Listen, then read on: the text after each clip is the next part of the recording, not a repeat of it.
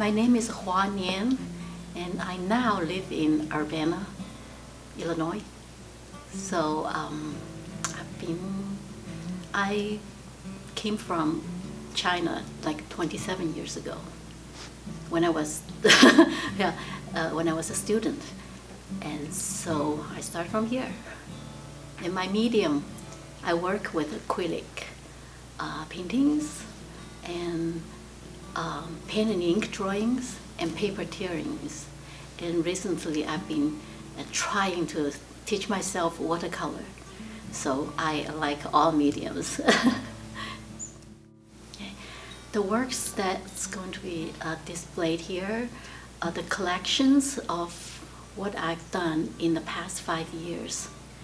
They are all about flowers. I'm into the flower stage. They are under that's a series of my work under the title of Where the Wild Things Glow. So I've been working this for a long time.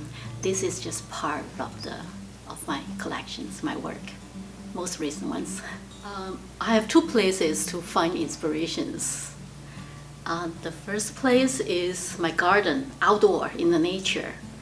I observe the light and shadows and enjoy those flowers and feel the atmospheres. And I compose my garden. I just realized I am a gardener.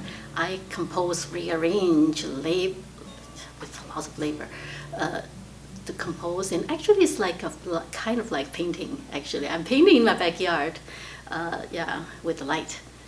And just feel the liveliness of the outdoor and the flowers. And the second place is downstairs in the basement. My basement is my working studio. I actually paint there. I like to paint in the cave surroundings. So I never bring the live flowers or setting up the studio life in my setting up a still life in my studio. So my inspirations there is the colors. I post lots of colors around the wall, on the walls, and clips from magazines. Most of them are nothing related to the image of flowers. Most of them are from National Geographic.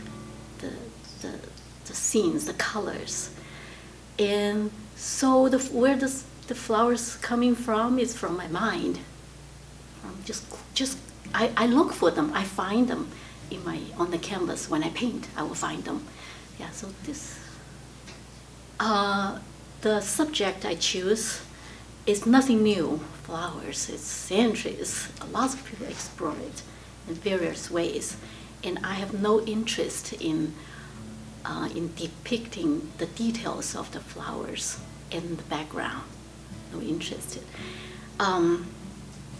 I hope that by leaving out the details of this object, and I can open up the space that the viewers can use their own imagination to fill the void, and I hope they can see something with their own eyes and feel something that's beyond what the presence of the flowers, something else, which is the robustic energy of the flowers and the self-sufficient quality within them, and also probably more of the various personalities.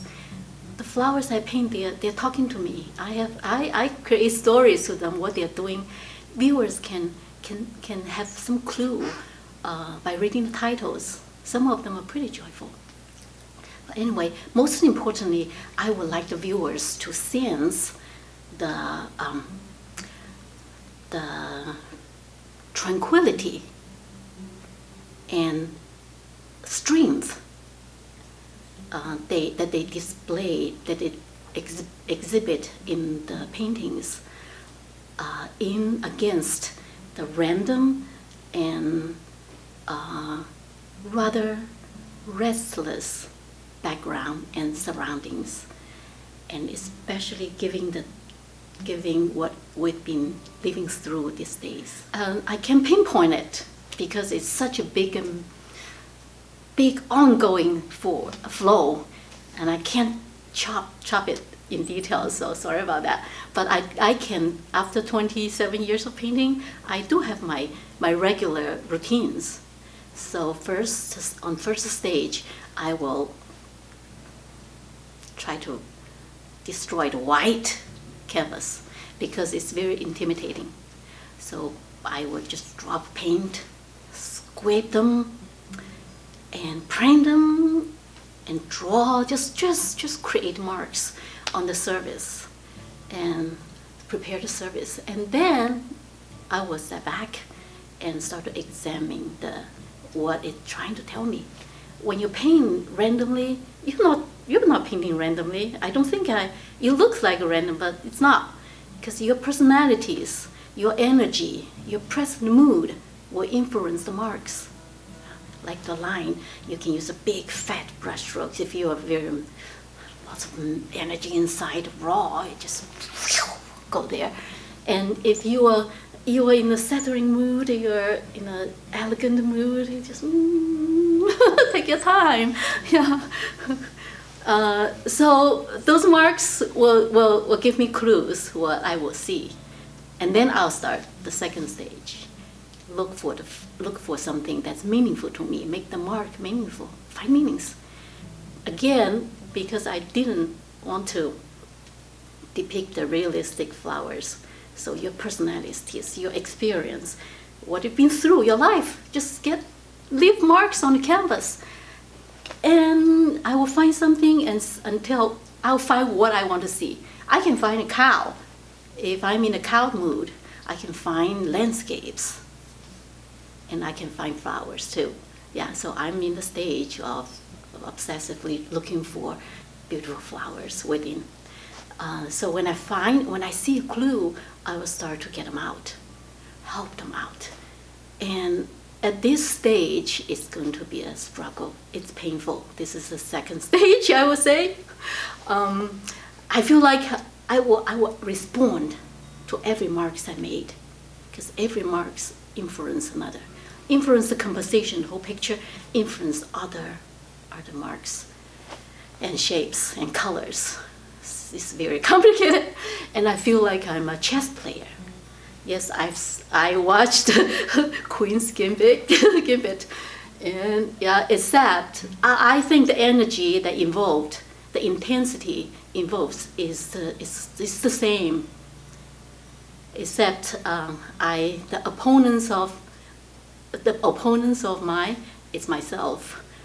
I just constantly destroy myself, provoke myself, and just fight, and until everything elements on their place.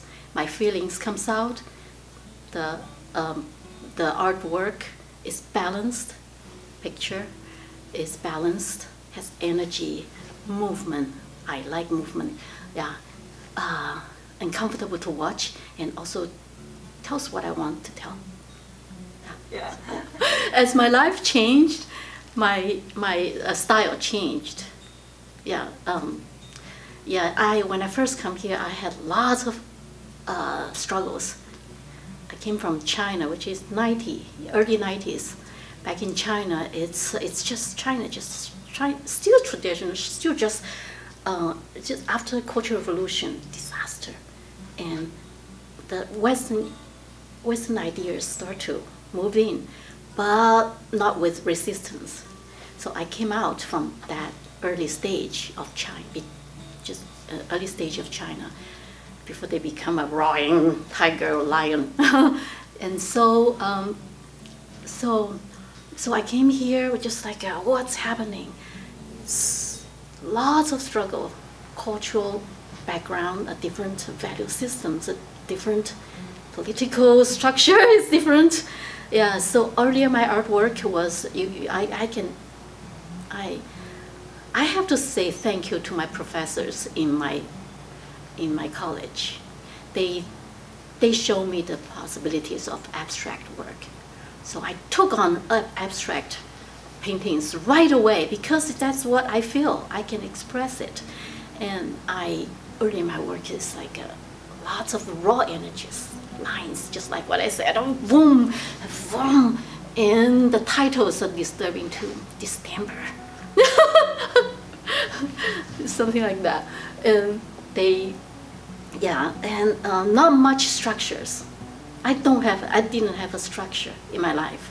It's totally clashed. Western, Eastern, old and new. Yeah, and it just shattered. That's my earlier stage. And then what happens is I married and have children. And all of a sudden, the wild me couldn't find my place. All of a sudden was concentrate on life, on the ground, not like something else in my head. And it's on the ground. And I saw my children grow, and I have a lovely family. And so I feel like settled. Once my mind is settling, I'm more used to the new environment. Yeah, so I pay attention to life details. And at this point of my life, my painting started to change, and the rushing, restless lines start to slow down, and colors start to glow, like this, glowing. I like lines cross each other, become shapes. Yeah, the event happens in my life, the shaping down. And then I work on my shapes. And that's why the flowers, images, and houses start to show. So I have a series called Some Houses. Yeah, and then so that's what I think that leads me to this stage, from totally abstract and then to semi-abstract here. And now I'm working on with watercolor with realistic style. So I don't know what it leads to me. I don't know. I don't mind. I can scale from realistic to abstract, as long as you're true to yourself. I would love to answer this question. And this is the first place we stopped. Me and my husband stopped after I graduated from grad school. And two of my children, my two children were born here actually. So McLean County Art Center is the first place that encouraged me and accept me so I can give me the opportunities to look at others' work, talk to other artists, and display my artwork. And I think this organization just engage so many emerging artists and support them and give them a platform for them to move toward their goals. And I was one of them, and I'm still is one of them. So thank you very much.